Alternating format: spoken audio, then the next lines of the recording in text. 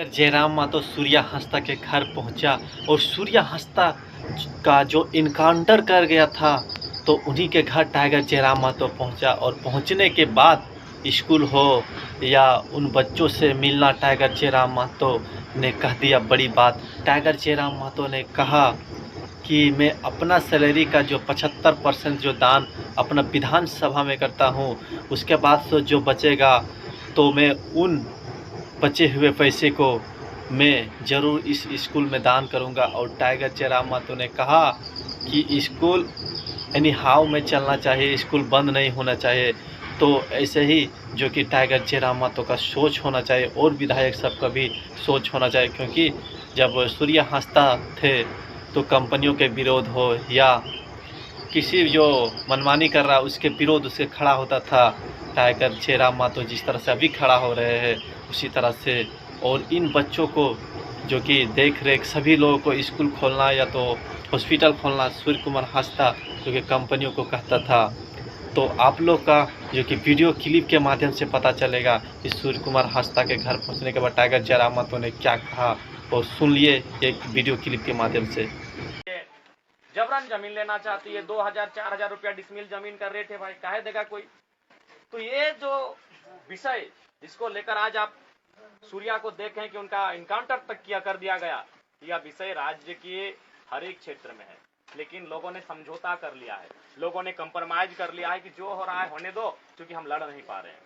लड़ इसलिए नहीं पा रहे हैं कि आपको भी मालूम है आज सत्ता जिनके पास है, पुलिस जिनके पास है, सरकारें जिनके पास है, वो इस राज्य को चला रहे हैं। ये नाम के मैं आपको बार बार कहूंगा, हेमंत बाबू लाख के हैं कि आदिवासी का बेटा है, आदिवासी की सरकार है, लेकिन ईमानदारी से कहिए चला कौन रहा है।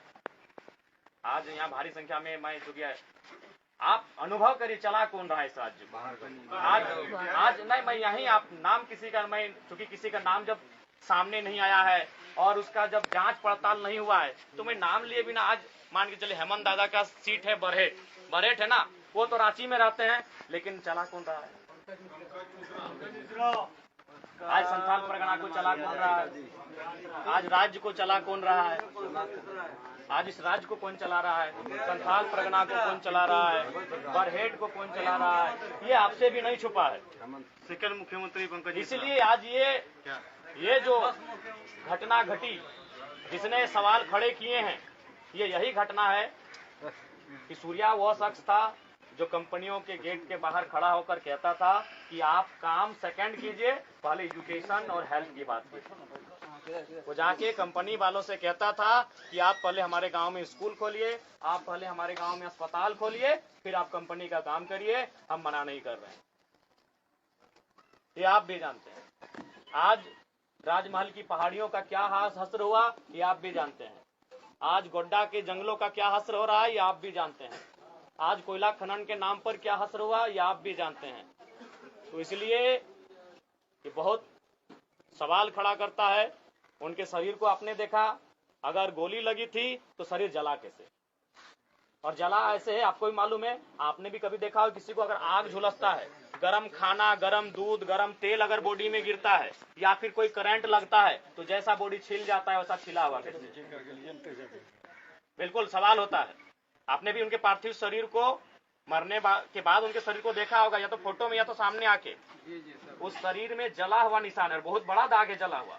तो सवाल तो है, हाथ भी छिला गया।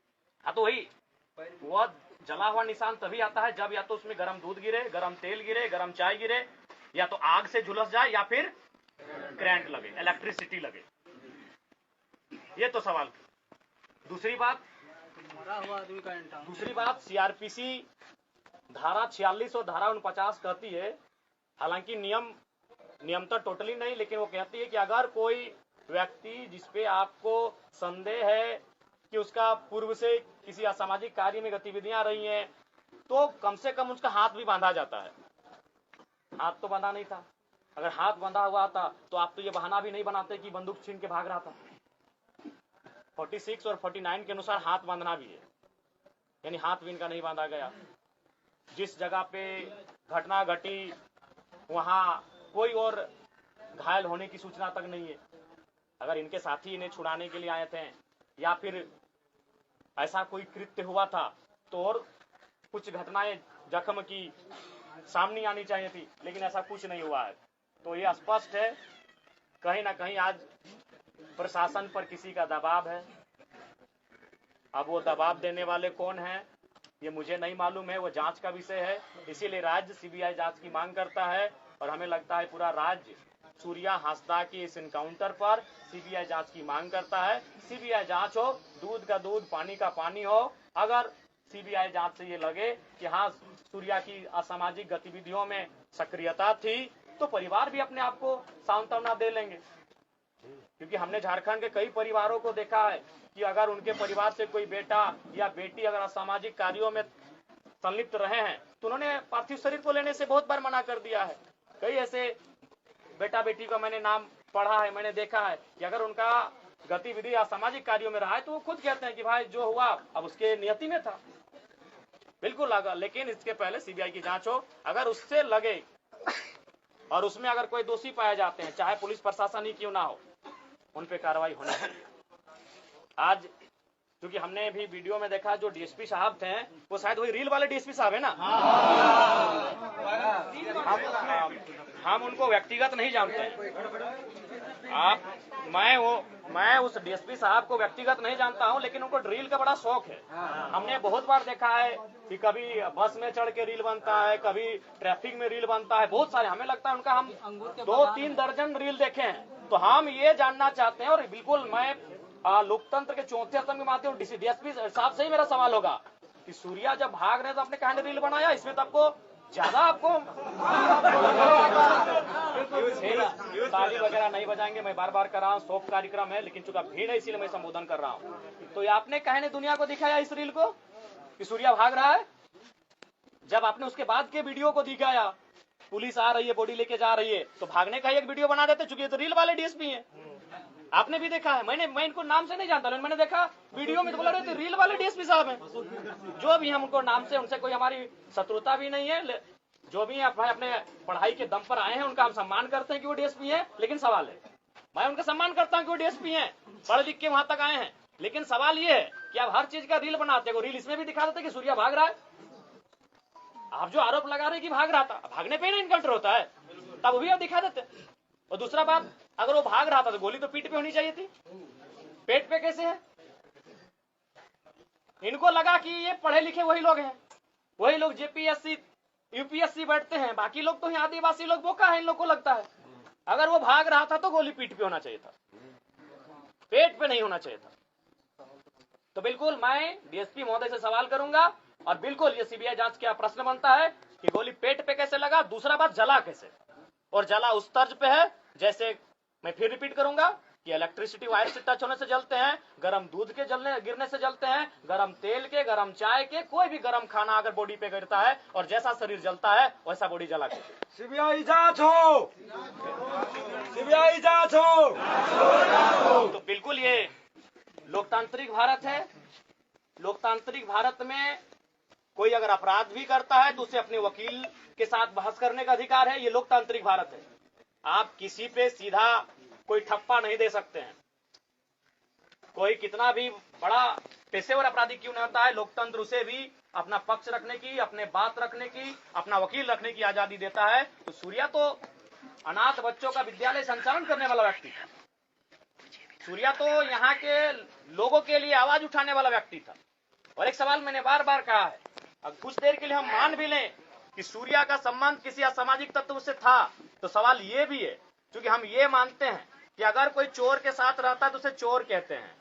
यदि कोई किसी को आत्महत्या करने के लिए उसकाता है तो जो उसकाता है वो भी दोषी होता है। यदि कोई, तो यहाँ किन कारणों से सूर्या असामाजिक गतिविधियों में गया, जिन लोग इन कारण में हैं, क्या उन पे आप कानूनी शिकंजा कसेंगे? क्या आप उन पत्थर खदानों के मालिक, वो कोयला खदानों के मालिक जो अवैध रूप से यहाँ खनन का काम कर रहे हैं, क्या पुलिस अपना दंडात्मक कार्रवाई उन पर करने का हौसला रखती है, उन पे करने का हिम्मत रखती है? हम ये न जानते भाई कि कोई अगर किसी को आत्महत्या के लिए उसकाए तो जो उसकाता है वो भी गुनहगार होता है। तो सूर्या अगर असामाजिक गतिविधियों में आया तो जिन लोगों के कारण आया, जिन लोगों के अन्याय के कारण आया, जिन लोगों के अत्याचार के कारण आया, क्या ये पुलिस प्रशासन, उनमें हिम्मत है, उनमें सामर्थ्य है कि उनके खिलाफ कोई कार्रवाई करे? उनके खिलाफ भी तो कार्रवाई होनी चाहिए। अगर एक आदिवासी राज्य में एक आदिवासी व्यक्ति मुख्य धारा से विपरीत हो रहा है, मुख्य धारा से विपरीत होकर किसी असामाजिक गतिविधियों की ओर आकर्षित हो रहा है, तो जिनके कारण हो रहा है उन पे एफआईआर कब कर रहे हैं, उन पे कानूनी शिकंजा कब कस रहे हैं, उन पे आप अपना दंडात्मक कार्रवाई कब कर रहे हैं, ये बहुत बड़ा सवाल है। जब सुन लिए आप लोग, कैसा लगा? क्या टाइगर जयराम महतो ने सही बात को कहा? क्या टाइगर जयराम महतो उन बच्चों के लिए क्या सही कदम उठाया, या टाइगर जयराम महतो जो कि पार्टी से, जो कि जेएलकेएम पार्टी से खड़ा हुआ था, सूर्य कुमार हांसदा, और कंपनियों के जो कि विरोध में खड़ा होता था, क्या सूर्य कुमार हांसदा सही था या गलत था? कमेंट करके हमें ज़रूर बताइए और हमें रिप्लाई ज़रूर करेंगे।